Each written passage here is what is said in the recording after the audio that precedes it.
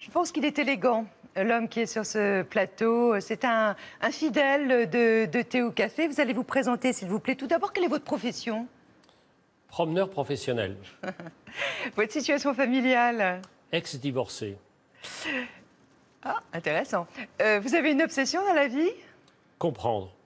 Une devise? Transmettre. Un prénom et un nom? Éric Orsena. Bonjour Éric Orsena, vous êtes académicien, vous êtes romancier, prix Goncourt, économiste, capable de faire des best-sellers en parlant même seulement de la langue française. Intéressant, ex-divorcé? Ex-divorcé. J'ai été divorcé, je suis toujours divorcé légalement, mais enfin, des possibilités. Donc avec la même personne? Exact. Avec la même femme? Exact.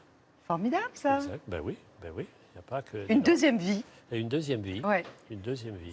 On va parler de ce livre qui est tellement intriguant.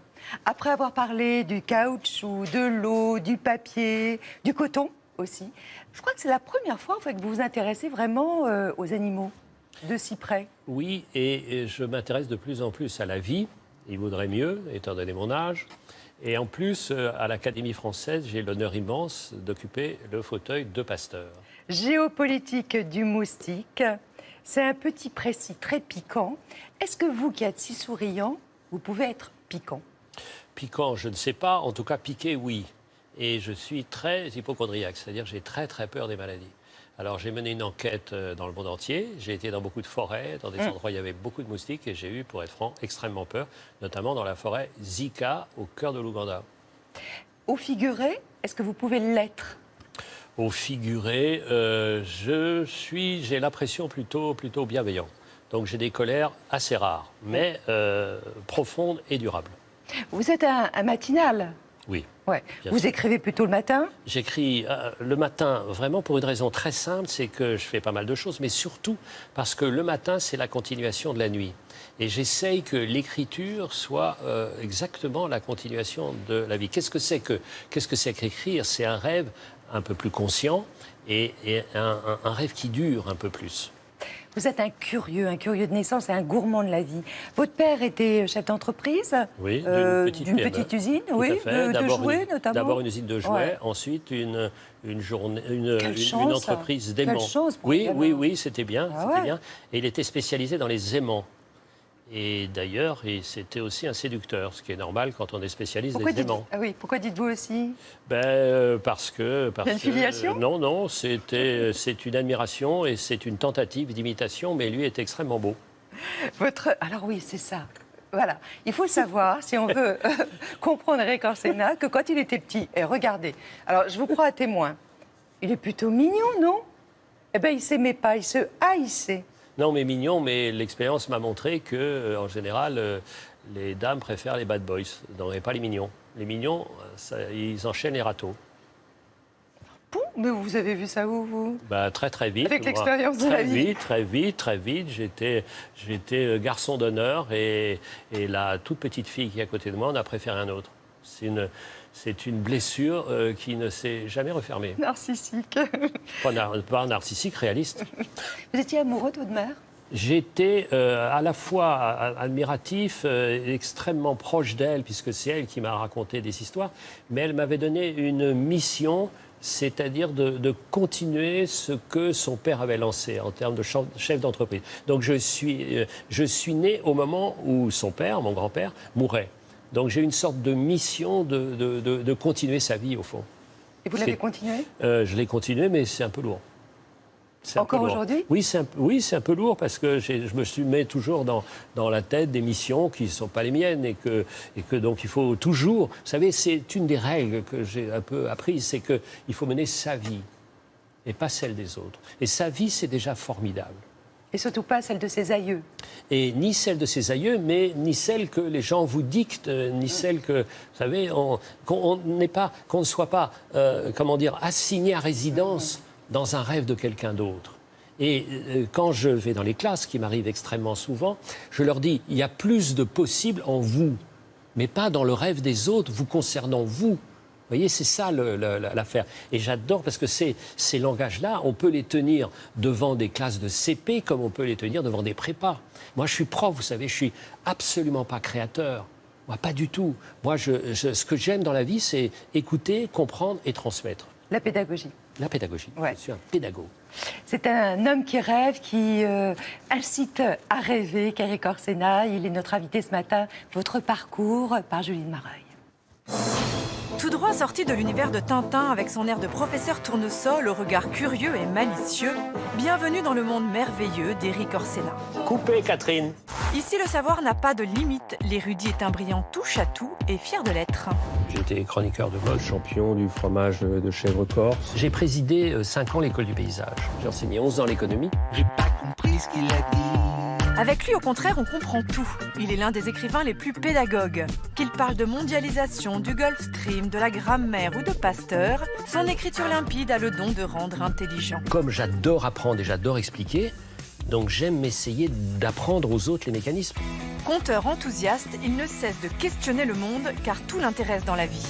C'est désagréable l'idée de mourir, mais plus que ça, c'est d'avoir une seule existence. Et une chose est sûre, Éric les multiplie les existences. Tour à tour plume de François Mitterrand, maître des requêtes au Conseil d'État, lauréat du prix Goncourt en 1988, académicien, mais aussi Écrivain, promeneur. et navigateur aux 4 coins du monde. Il arriverait presque à nous larguer. Mais dans quelle potion magique est-il tombé? J'adore le bonheur, et plus on me donne de bonheur, plus je suis preneur. La potion du bonheur, c'est donc ça. Bonheur, bonheur, bonheur. Dans le pays d'Orsena, la carapace de la bonne humeur est de mise. Sourire bien réel ou fin, avec lui on ne sait jamais. Son plus grand talent n'est-il pas de faire de la réalité une légende et des légendes une réalité? Vous pensez qu'il y a une légende autour de vous? Pas du tout, pas du tout, pas du tout. Non, il y a des moments de vraie émotion parce que, comme j'écris depuis extrêmement longtemps, on se rend compte qu'il y a des gens de toutes sortes pour qui on a une petite, une moyenne ou une grande importance. Et vous savez, les moments les plus émouvants, c'est quand vous voyez quelqu'un, un couple de l'âge d'être les parents ou les grands-parents d'un petit garçon ou d'une petite fille, et qui me montrent, ils m'ont connu, et puis le petit garçon, la petite fille vient me voir et me dit « Merci monsieur, c'est grâce à toi que je lis ». Et là, honnêtement, émotion, profonde émotion. Parce qu'on a accompagné les gens depuis si longtemps, que ce soit par les grammaires, par les romans, par les reportages, par les biographies. Donc on a été un peu dans leur vie, comme moi, les écrivains m'ont tellement appris. Vous savez, on dit que les êtres humains ont inventé la littérature, mais la littérature a inventé les êtres humains. Il n'y a pas d'amour sans mot d'amour. On ne peut pas être un être humain sans lecture. Sans lecture, ni sans musique. Et qu'est-ce qui vous manque? Qu'est-ce qui manque dans ce cas-là? Mais il manque notre... Parce qu'il y a des milliards de gens qui ne lisent pas. Mais qui ne lisent pas, mais ils écoutent tous la musique. Et ils regardent un paysage. Et ils sont émus en faisant trois pas de danse. Il y a pas... Donc vous parlez d'émerveillement. Je parle d'émerveillement et je parle de la culture. Qu'est-ce que c'est la culture? C'est l'accès à plus grand que soi. C'est l'accès au possible. La culture, c'est pas un dossier. C'est juste un véritable élan. Et quand on voit, par exemple, la séparation administrative entre le ministère de la Culture et le ministère de l'Éducation, pour moi, c'est pareil. C'est-à-dire, c'est accéder. Donc ça devrait regrouper Pour moi, oui. dans un même ministère. Oui. Par exemple, quand vous vous rendez compte que, en gros, un petit Français sur 5 ne maîtrise pas notre langue commune en classe de 6e, il n'a pas d'accès. Il tombe sur un mur. De la même manière, quand... C'est un passeport social. Oui, un passeport d'ouverture, un passeport pour aimer, un passeport pour avoir confiance. Vous savez, la culture, c'est, pour moi, l'inverse de la dépression. La dépression, on arrive au milieu de la nuit, 4 heures, 5 heures du matin, on se dit, mais au fond, je ne vais pas y arriver. C'est-à-dire, la dépression, c'est être moins grand qu'on est. La culture, c'est l'inverse, c'est se dire je peux vivre un amour, même difficile, même tragique, comme Roméo et Juliette. Je peux danser comme Nicolas Le Riche. Je peux faire de la musique comme William Christie. Pas de limite. Non, oui, c'est qu'est-ce que la vie, comme la politique d'ailleurs, c'est l'art du possible. Et les créateurs sont des chevaliers du possible. Vous parliez de musique. Il y a 5 femmes qui viendront nous rejoindre, ainsi que 4 musiciens. Ils seront nombreux sur ce plateau. Le groupe, la formation s'appelle Diva.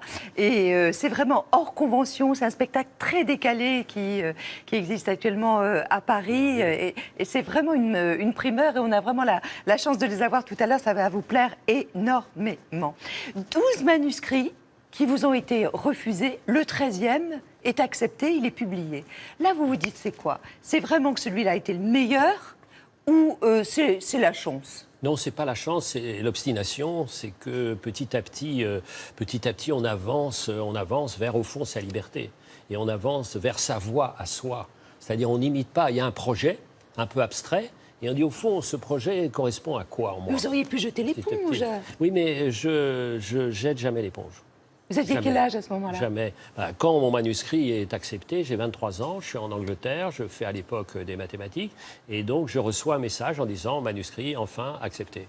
Donc j'ai des souvenirs formidables de ce moment où je reviens à Paris pour voir Jean Quérol aux éditions du Seuil. Il y a une tempête terrible en avion au-dessus de la Manche, et je me dis, c'est bien ma veine, je suis enfin écrivain et je vais me cracher. Bon. Et puis finalement, j'ai continué. Pour moi, le sentiment d'être un écrivain est venu pas tout de suite, mais au 2e manuscrit quand j'ai eu le prix Nimier. Et le prix Nimier, il y avait un jury où il y avait Jean d'Ormesson, Félicien Marceau, où il y avait des gens merveilleux qui m'ont ouvert les bras. On me dit Dominique Rollin, et qui ont ouvert les bras en disant « vous êtes des nôtres ». Et là, dès que vous êtes dans la confiance, vous pouvez, rien n'est difficile. Tout avait été difficile quand vous étiez dans la suspicion. Et quand on fait confiance, c'est pareil. Vous savez, c'est vraiment pareil dans tous les domaines. Un enfant, vous lui faites confiance en lui disant, écoute, bosse un peu, mais tu as les capacités. Il se révèle à lui-même. Vous savez, c'est pareil pour tout le monde, c'est pareil pour un pays. Hein. Là, vous parlez par exemple de dénigrement ou de bashing. Oui, tout à fait, bien sûr. Il faut dire qu'est-ce qu'on fait. Encore une fois, c'est le possible. Et le vrai possible, pas les illusions. Il y a tellement dans le réel. Et mieux je connais le réel en travaillant notamment avec l'Institut Pasteur, dont j'ai l'immense honneur d'être l'ambassadeur. Je vois à quel point il y a de possible dans la vie. Regardez, il y a quelque chose de passionnant qui s'appelle le biomimétisme. Le biomimétisme, c'est chercher dans la nature les solutions que la nature a trouvées pour continuer.